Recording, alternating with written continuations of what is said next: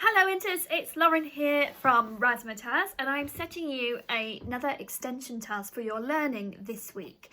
And what I've decided to focus on this week is musical theatre acting, but specifically becoming an animal in musical theatre acting. Now for you Inters, I felt like this was quite an important one because obviously in our show next year we are doing The Lion King. So everybody without exception will be taking on the role of an animal. So there are two shows that I want us to have a look at this week. One is probably very obvious, that's going to be The Lion King, and we're going to look at the Circle of Life, the opening number. And the other one I've sent you as a link is a link to Cats the musical, and that's the opening of Cats, called the Jellicle Ball. So these musicals have no human characters in them at all. They are all animals, which means those actors need to embody the role of an animal, and that is far, far harder said than done. Now, what tends to happen at Raz when we say that you're cast as an animal, dog, cat, for example, the first thing you will do is get down on your hands and knees and start crawling around on the floor. That's fine. And for some productions that would be absolutely okay, but for productions like Cats and The Lion King, they've actually asked the actors to be a little bit mature in their acting and take on those roles in a different way. So if we start by thinking about Cats, so I want you to watch it first and then come back to hear what I've got to say. We very rarely see the actors on their hands and knees crawling around the floor like we would expect a cat to do.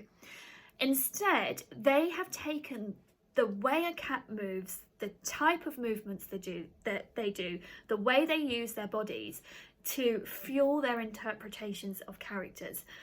So you'll see a lot of light, quick movements on their feet. You will see things like scratching of the nose.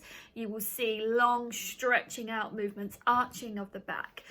Really have a look at how those actors and those dancers move in that number, and you have no doubt that they're a cat, even if you took away the beautiful makeup and the amazing costume. Do you still think you would know that they are a cat just through the way that they are moving? Have a look at that, see what you think, and see what you think works particularly well and what really gives you the clue that they are cats. Now, The Lion King is slightly different because they have puppets. However, what you will notice is even though they've got a puppet, and some of them are huge, you know, we have elephants, we have giraffes, we have hippos coming onto the stage. Even though we have those puppets and the actors are actually quite hidden, they're quite camouflaged and disguised, we still see them moving and embodying the animal. So they don't just move the puppet around and think, yeah, I'm a bird. The audience are going to get that because they can see it. They fully become part of their puppet and part of that animal. And what you'll actually see is the lions don't have any puppets at all. They do have headdresses, but apart from that, they just have to use their bodies. Now, at all times, they are lions. We never see those actors slip and become humans again. The way that they move, the slowness they've got, that ferocity that comes out, we know for a fact that they are portraying a lion just through the way they use their bodies.